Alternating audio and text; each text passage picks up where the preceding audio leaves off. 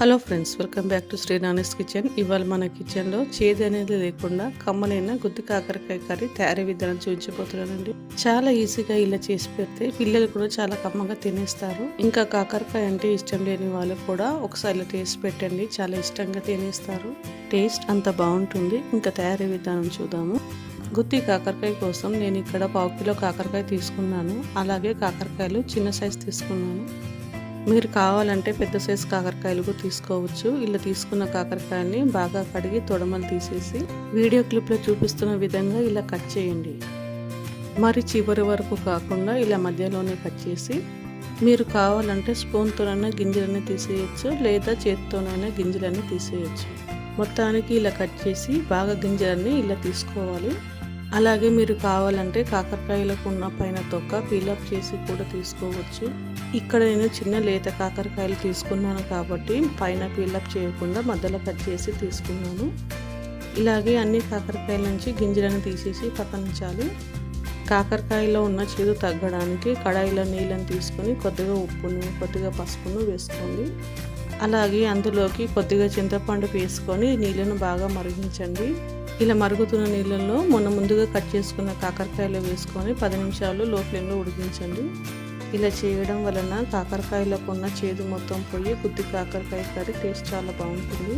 ఇవి ఉడికేలోపు గుత్తి కాకరకాయకి stuffing prepare చేసుకుందాము. మరో పక్కన స్టవ్ ఆన్ చేసుకొని ప్యాన్లో కొద్దిగా ఆయిల్ వేసి 2 స్పూన్స్ పల్లీలు, 1 స్పూన్ మినపప్పు, 2 స్పూన్స్ ధనియాలు వేయండి. అలాగే 1 స్పూన్ నువ్వులు వేయండి. ఈ మసాలా దినుసులన్నీ లో ఫ్లేమ్లో ఫ్రై చేయండి. లో ఫ్లేమ్లో ఫ్రై చేయడం వలన పచ్చివాసన రాకుండా చక్కగా వేగిపోతాయి.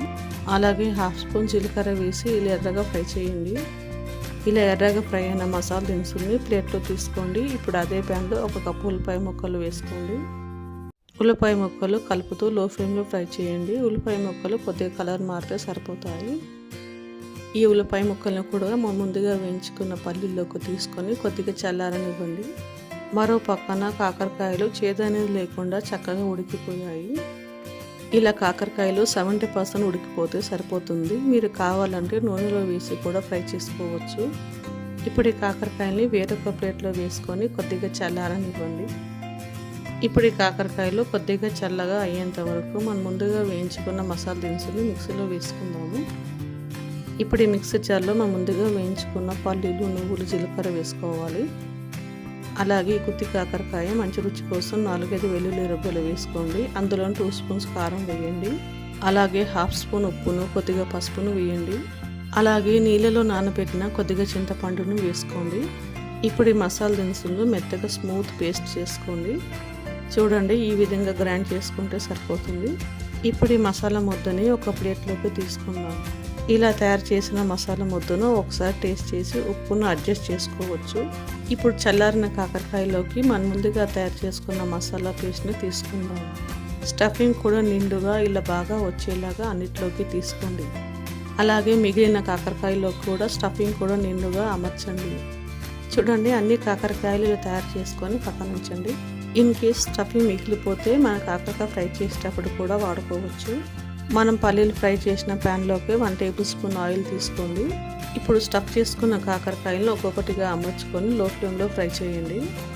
ఇలా మూత పెట్టేసి 5 నిమిషాలు లో ఫ్లేమ్లో వేగనివ్వండి. దీని వలన కాకరకాయలని చక్కగా ఫ్రై అవుతాయి. 5 నిమిషాల తర్వాత ఈ కాకరకాయల పైన మూత తీసేసి ఈ కాకరకాయని టర్న్ చేస్తూ బాగా ఫ్రై చేయాలి. ఈ కాకరకాయలు క్రిస్పీగా అయ్యేంత వరకు లో ఫ్లేమ్లో బాగా ఫ్రై చేయండి. ఈ కాకరకాయలు ఫ్రై చేయడానికి కనీసం మనకు 15 నిమిషాలు టైం పడుతుంది. అలాగే మిగిలిన స్టఫింగ్ కూడా వేసి చక్కగా ఫ్రై చేయండి. చూడండి, కాకరకాయ ఎంత క్రిస్పీగా ఫ్రై అయ్యాయి. ఇప్పుడు ఒక ప్లేట్లోకి తీసుకుందాం. చేదు లేని రుచికరమైన గుత్తి కాకరకాయ తయారైపోయింది. ఎప్పుడు ఒకేలా కాకుండా అప్పుడప్పుడు ఇలా గుత్తి కాకరకాయ ట్రై చేయండి. వెరైటీగా చాలా బాగుంటుంది. ఈ రెసిపీ మీకు నచ్చితే లైక్ అండ్ సబ్స్క్రైబ్ చేయండి. మరిన్ని టేస్టీ వంటల కోసం మా ఛానల్ని ఫాలో అవ్వండి. Thanks for watching.